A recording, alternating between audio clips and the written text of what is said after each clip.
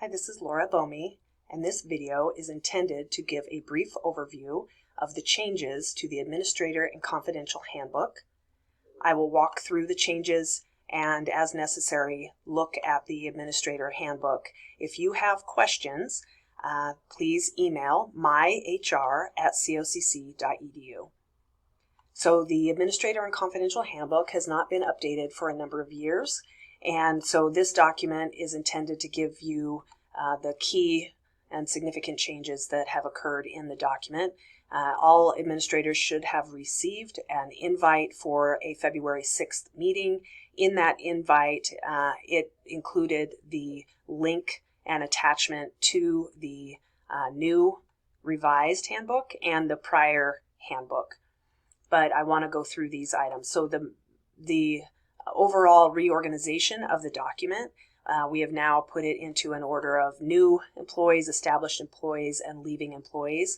We added a welcome section and purpose statements and included references to our policy and procedures manual, the GPM. Additionally, we updated legal and compliance areas that were required. The other thing that we did is we clarified the two specific employee groups covered by this handbook, so administrators and confidential employees. We removed references to exempt and supervisory type of employees that were in the prior handbook because we do not have actually supervisory employees anymore. And exempt employees are administrators and non-exempt employees are confidential employees. And what that means is administrators are not eligible for overtime, and confidential employees are eligible for overtime. So we also, in Section 7, we changed the listing and the types of appointments. We previously had something called a 3-year continuing contract. That has gone away as it was misleading to the kind of appointment that was. Each employee signs an employee agreement on around July 1 of each year that covers that fiscal year. And so these 3-year continuing contracts were something that were a recognition of longtime employees and seniority here at the college, and we did not want to have that be confused with the amount of time that you were in fact guaranteed any type of employment here at the college. And one of the most significant changes is that we have changed in Section 7.5 the administrator probation period from 3 years to 1 year.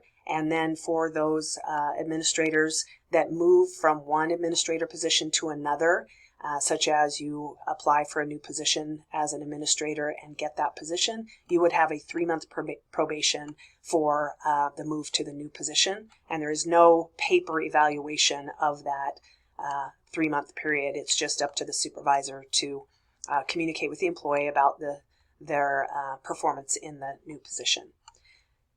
We, in Section 10, removed examples of the temp work assignments that administrators could have. We did not change the intent. So as if administrators can, in fact, get additional pay for working beyond the scope of their current job description, and that still exists.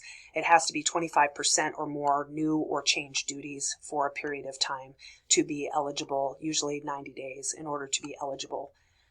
The next section that was modified was Section 12. We added information about our eligibility for remote work.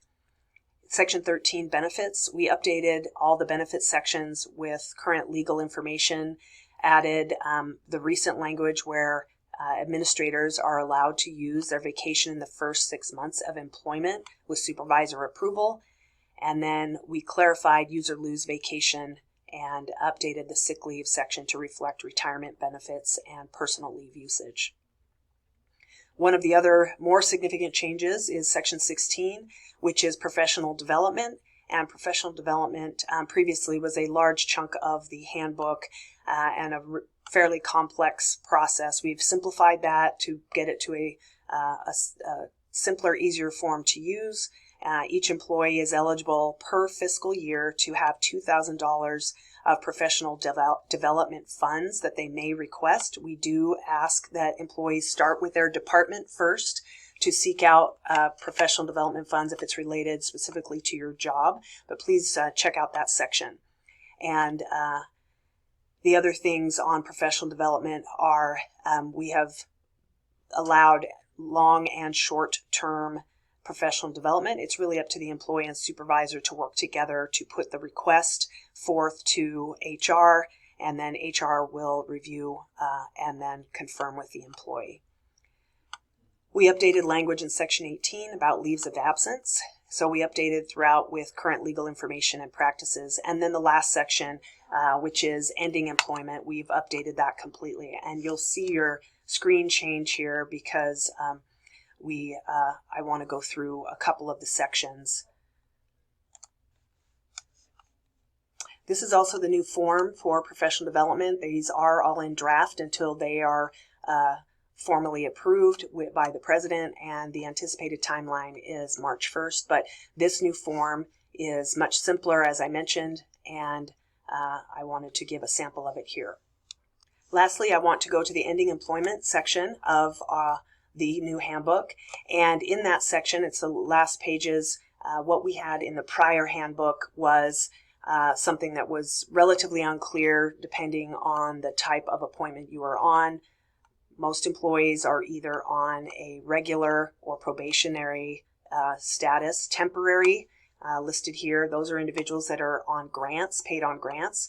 But what this does is say, if you are, for some reason, this whole section is, if for some reason the college determines that your position will either be restructured, or if you have unsatisfactory performance, or what we call cause or financial exigency, that this is what would outline the terms of notification for non-renewal for an administrator or a confidential employee. So I'll walk through that. So a temporary worker, for example, a person paid on a grant, those individuals, if your position was restructured and or eliminated, we would give you 30 days notice. If you had unsatisfactory performance, we would give you 15 days notice, and if there was for cause, then you would have immediate termination, and financial exigency would be 30 days. And please note that all of these are in calendar days. If you are a probationary employee, as noted before, that now, once this handbook goes into effect, the administrators will have a 1-year probation or a 3-month probation if you've moved from one administrator position to another, or if you are a confidential employee within your first 6 months of employment, that also is probationary. You would get 30 days or 1 calendar month notice for an elimination of your position or a restructure within the organization. You would get 15 calendar days for unsatisfactory performance, immediate termination for cause, and 30 calendar days of notice for financial exigency. The page changed here. So regular employees, again, these are employees that have moved beyond their probationary status. So that's 1 year for a administrator, and that is 6 months for confidential. You would have 60 days or 2 calendar months notice if there was a restructure or elimination of your position. You would have 30 days notice for performance problems, and you'd have immediate termination for cause, and 30 calendar days for financial exigency. Confidential employees, again, 6 months probationary period, they would get 60 days notice for the restructure or elimination of a position, 30 days notice for performance, and cause would be immediate termination, and 30 days for financial exigency. Please note there are definitions in here for each of those situations. The one I specifically want to point out is cause. So termination for cause, and that's the reason that it is noted as immediate termination, is when the college determines an employee has engaged in severe or egregious misconduct. And please note that it is up to the college to make that determination.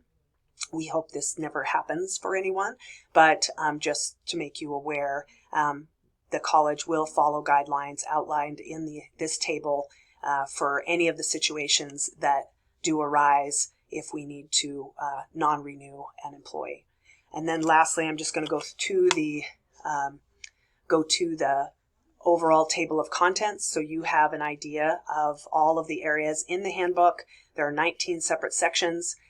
There are other changes in here, but the ones that I have noted are the most significant. And some of the questions that we had in the in-person session were related to payout of sick leave, so employees do not get paid out for sick leave if they retire or resign. There is a section in here under the sick leave that explains that. We also had questions about some of the professional development and how to go about using that. So please read the criteria in here for when that can be utilized. And in all cases, if you have questions about the handbook, please send them to myhr@cocc.edu. Thank you for your time.